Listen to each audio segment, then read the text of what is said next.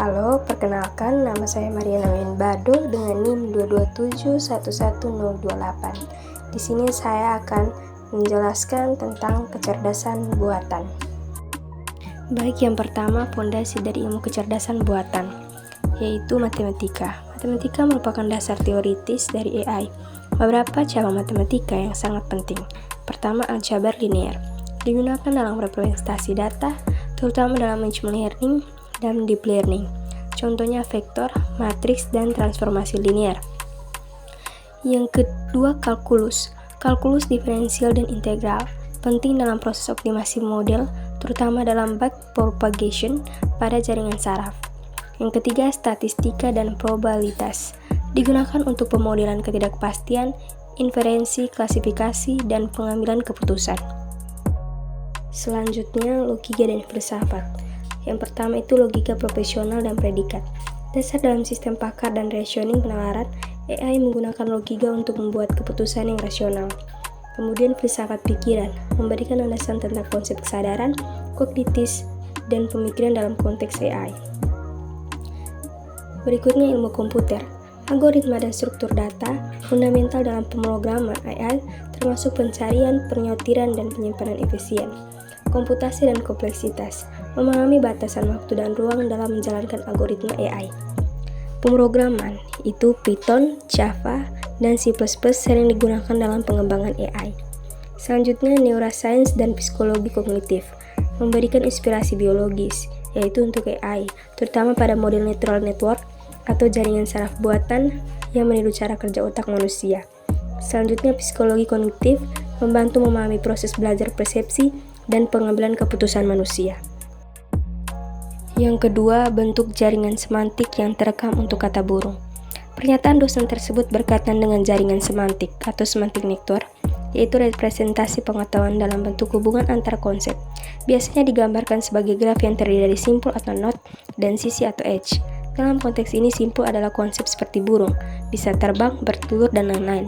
Sedangkan sisi adalah hubungan antara konsep seperti memiliki, bisa, atau makan. Berdasarkan jawaban mahasiswa, kita bisa menyusun jaringan semantik untuk kata burung seperti berikut. Jaringan semantik kata burung, pusat konsep yaitu burung, dihubungkan dengan atribut atau konsep lain.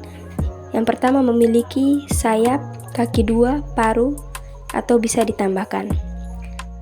Selanjutnya bisa, burung bisa terbang meskipun tidak semua, misalnya burung unta tidak bisa terbang. Bisa berkicau, tapi beberapa. Selanjutnya bereproduksi dengan bertelur. Kemudian, burung memakan biji-bijian, buah-buahan. Belum lengkap mungkin akan dilanjutkan seperti serangga, ikan, dan lain-lain. Kemudian memiliki variasi, seperti ada yang bisa berkicau dan ada yang tidak. Nah, di situ ada gambar dan bisa dilihat. Yang ketiga, pengkodean yang dihasilkan dari penerimaan pengetahuan. Yang pertama, dengan melalui forward ration atau penalaran maju. Forward rationing adalah metode inferensi yang dimulai dari fakta-fakta awal, kemudian mencocokkannya dengan aturan-aturan untuk menyimpulkan pengetahuan baru hingga ditemukan suatu kesimpulan akhir. Langkah-langkah yang pertama, fakta awal, A1 demam, A2 batuk, A4 batuk malam. Yang kedua, cocokkan dengan R1. If A1 then P1 tambah A1 benar, P1 yaitu benar. Yang ketiga, cocokkan dengan R2. Yang keempat, cek R3. Yang kelima, cek R4. Dan yang keenam, cek R5. Yaitu if P3 dan AS dan PS P5. A5 tidak diketahui, tidak bisa disimpulkan. Kesimpulan dengan format rationing, P1 demam biasa, P2 batuk biasa, P3 influenza atau infeksi virus, P4 batuk rejan. Selanjutnya, backward ration atau penalaran mundur. Backward rationing adalah teknik inferensi yang dimulai dari hipotesis atau tujuan atau goal, lalu mencari apakah fakta-fakta yang mendukung kesimpulan tersebut dengan melacak mundur atau aturan mengarah ke hipotesis tersebut. Misalkan kita ingin memverifikasi apakah P4 batuk rejan benar, langkah-langkah dengan goal P4. Goal P4. Yang kedua, lihat aturan yang menghasilkan P4, R4 if P3 dan A4 dan P4. Cek A4 benar, cek P3 belum diketahui.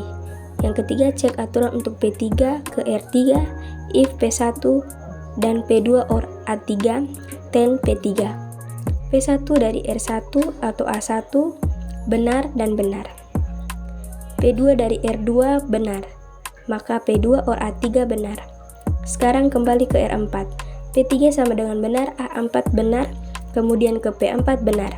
Kesimpulan dengan backward rationing untuk P4 batu kerejan dapat disimpulkan benar. Jika ingin menyelidiki P5, infeksi saluran napas, butuh P3 dan A5, maka P5 tidak bisa disimpulkan. Berikutnya perbandingan singkat antara forward rationing dan backward rationing. Yang pertama aspek, arah inferensi, forward rationing fakta atau kesimpulan, backward rationing kesimpulan goal ke fakta. Mulai dari fakta A1, A2, A4, target misalnya P4, kesimpulan akhir P1, P2, P3, P4. P4 dengan menyusuri syaratnya. Yang keempat, efisiensi, menyimpulkan semua yang bisa, hanya menyimpulkan yang dibutuhkan. Sekian dari penjelasan saya tentang kecerdasan buatan, semoga bisa membantu. Terima kasih atas perhatiannya.